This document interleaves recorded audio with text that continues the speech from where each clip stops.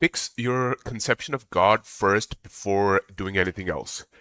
Don't you tell me what to do. First off, you're not my real dad. And second, especially don't do it in an extremely vague way. I mean, do you mean fix as in repair my conception? Because how do you know there's anything wrong with mine? Maybe yours needs fixing, mostly towards the he am not the real man's area. Or do you mean fix, aka make static and unchanging, when that's just a terrible idea? What if something comes along to change your view either way? You need to have the freedom to change your mind when new information comes along. You know, like how God doesn't do a reel or something like that.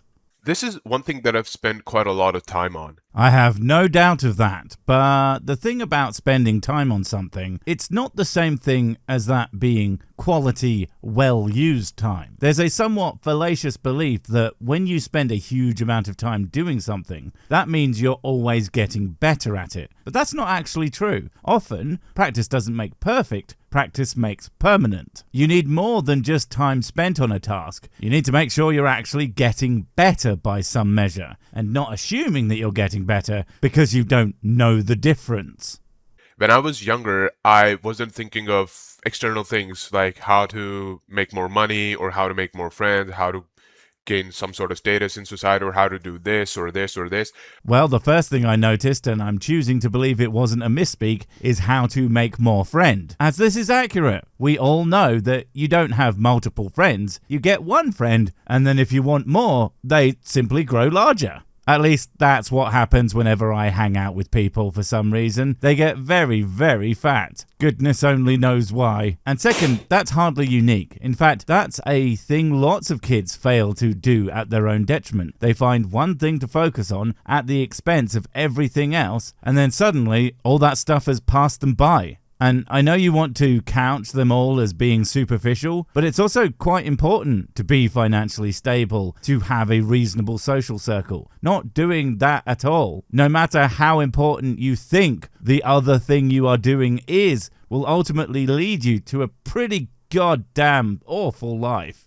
I was completely focused on trying to understand what exactly God is. Well, many a dude has attempted to do so before you, and the funny thing is, if you had been doing it 100% of the time as you are suggesting, I feel you would have pretty quickly come to the conclusion that whatever God is, at least via most human descriptors, is intentionally vague to the point of being beyond in-depth scrutiny. Now, that's assuming that you actually have read anything about the concept, which it sounds like you might not have, big oof if. Of course, just because it's intentionally ineffable, that doesn't mean that things people say about the idea, which is literally all we have to go on, for some reason, can't be criticized for its complete lack of consistency and its constant contradictory nature. But still. You can never understand what God is, but at least I tried. Oh, so you did come to the inevitable conclusion. Because again, it's a concept that essentially has no coherent definition. Not one that I've heard anyway, and certainly has absolutely no testable definition. If it's in any way supposed to be supernatural, since, you know, you can only test things within nature, assuming that any such thing exists. Trying to figure out what he really am be seems like a bit of a fool's errand. You have to make some effort in order to determine your purpose in life. Well, no doubt, regardless of how you come at the question, it's non-zero effort to figure out exactly what you're quote-unquote supposed to do with your limited time on this planet. Frankly, it sounds like you messed up pretty hard and ended up wasting a large amount of your limited time to come up to that conclusion. You know, I have no idea what I'm talking about. And mate, I could have told you that. You can't just say that my purpose in life is to, I don't know, spend time with friends or family. That doesn't make sense to me at all. Oh, you gotta love the arrogance. Because something doesn't make sense to you, that means it can't possibly be true. You have to do everything my way, or you're doing it wrong. Which is hysterical for a guy who just spent however long explaining how he spent his younger years on one task that he utterly failed. There is literally no reason not to think that a good purpose in life is to spend time with people that you care about and attempting to make their lives better. If more people did do that instead of some insane shit that they do decide is their purpose, the world would probably be a much better place. What does make sense to me is if I have something beyond this world, right? I'm sorry, but that really just sounds like narcissism to me, mate. You're not against the idea of family or friends or seemingly any material pursuit as a thing a person might find meaningful. You don't think it's right because it's just not big enough for your self-important arse. No, making one paltry, pathetic world a better place. Why would I do that? I should be running the omniverse or some garbage like that. But ironically, people who think the world isn't big enough for them often live essentially within a bubble, when the outside of it is absolutely bloody enormous. If only they would go and look. If I am able to contribute in some form that transcends this physical world in which we're currently living in. Okay, but why exactly do you need that to be the case? I mean, you said it yourself. You haven't even tried to build things outside of armchair philosophy. You have seemingly decided first that it's not good enough for you, seemingly content in your ignorance about the world at large, instead fantasizing about how important you will be, effectively after you lose the chance to be important right now. And I don't mean important like me, after all, I am a big deal, but just the people around you, the ones that you do know exist, or at least exist in a way that matters.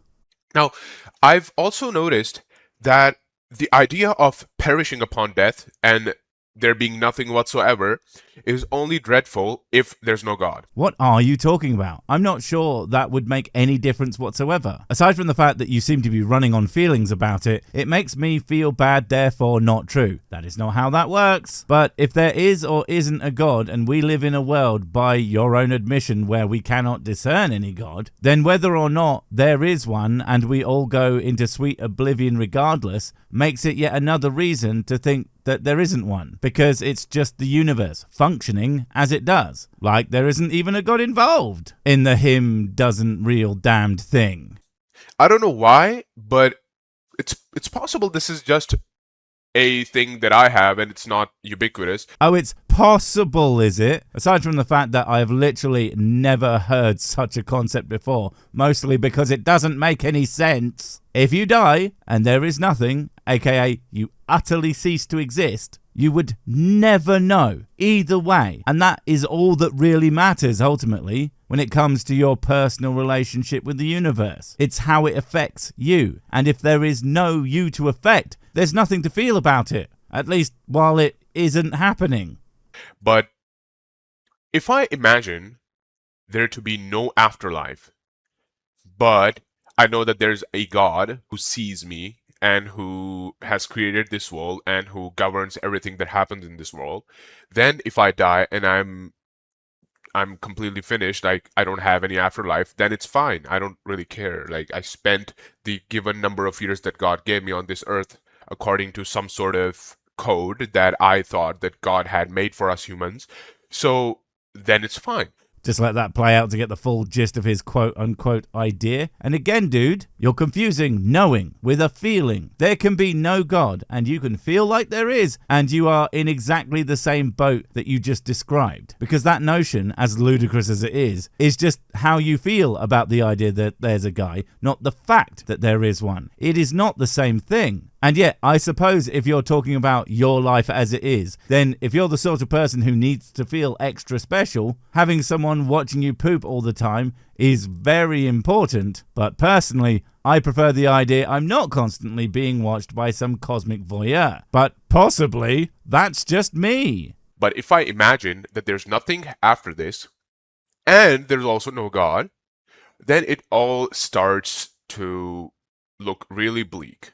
Okay. But it doesn't have to. That is just how you are responding to that particular notion. Again, I find some of the implications of an ever-present guy watching me all the time really silly and more than a little bit unsettling. And I find the inverse fine. Even if we assume a slightly less pervy God who would have a cool purpose for me and whatever, perhaps it will be fun and fulfilling, even if it is forever, it doesn't bother me that that's probably not going to happen at all. As most enjoyable situations will never happen to me. And that's just being a person. Anyone who thinks that they have the right to every positive experience needs to get the hell over themselves. And let's not forget the fact that I believe there's nothing is assisted by the fact that I think the versions of the afterlife presented by pretty much every religion are an absolute nightmare. Either you're burning in a pit, or at best your literal eternity telling a cosmic narcissist how cool he is.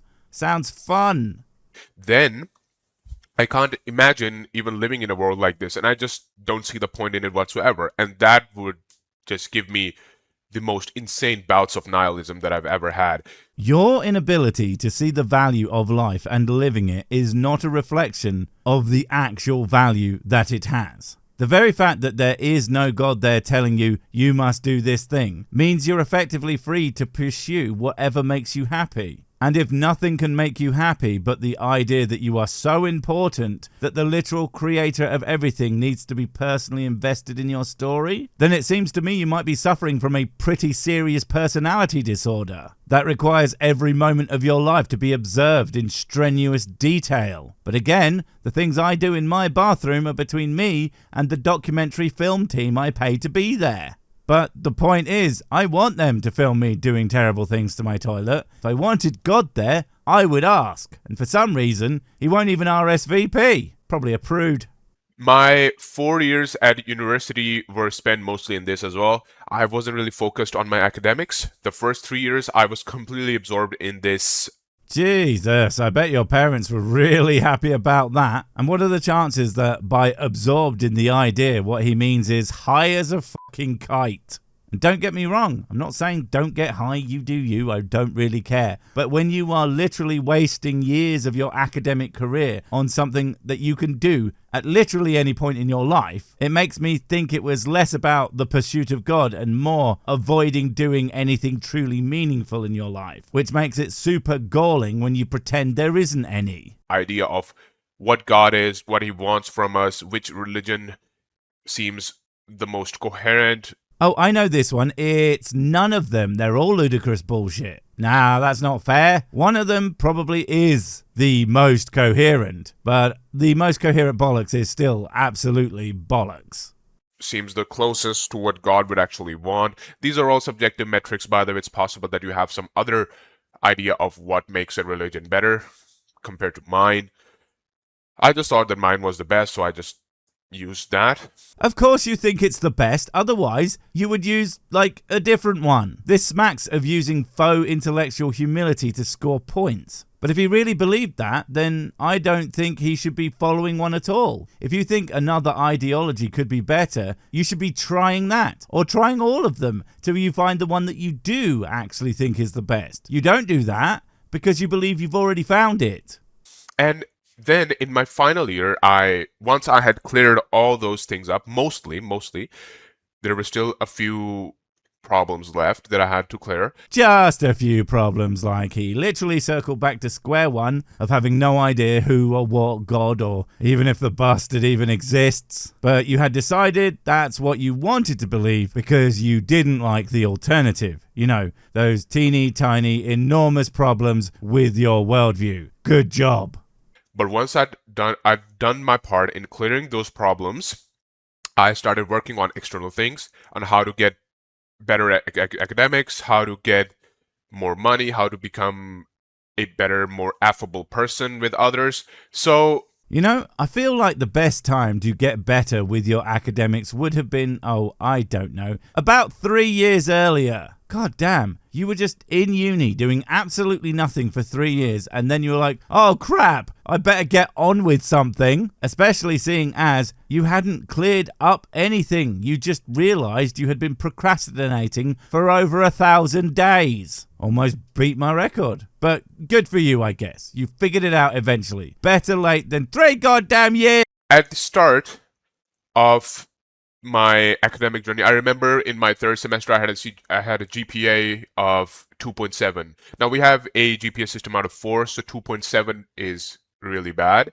for my standards at least. Well, I don't know a whole heap about the American system, which is what I assume you're talking about, but apparently it's below the average of 3.0, which is also possibly higher at a university. But hey, good job you were on that spiritual journey, otherwise you might have to explain why you didn't do as well as literally 50% or more of all students at the school. But it turns out it's actually because you weren't trying, and that means it's okay somehow, even though other students were likely having similar thoughts and partaking in other non-academic activities and still doing better than you. It's okay to screw up, dude, but for the love of non-existo, please own it.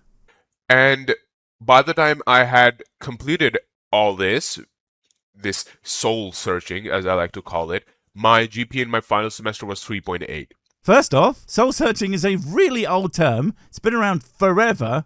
You call it that, as does basically everybody else. And I bet he thinks that score sounds really impressive. But if that's true, it's kind of an absolute embarrassment. All of the time you could have been achieving and succeeding, getting scores out of the park, and instead you spent it all navel-gazing and coming away at the end of the 3 years with absolutely nothing. Then realised that flunking out of university might be a bit of a problem, so you managed to scrape by with a decent sounding score. But one that, if accurate to your experience, means that you came in well below your potential. So these things actually do have a tangible impact on your life.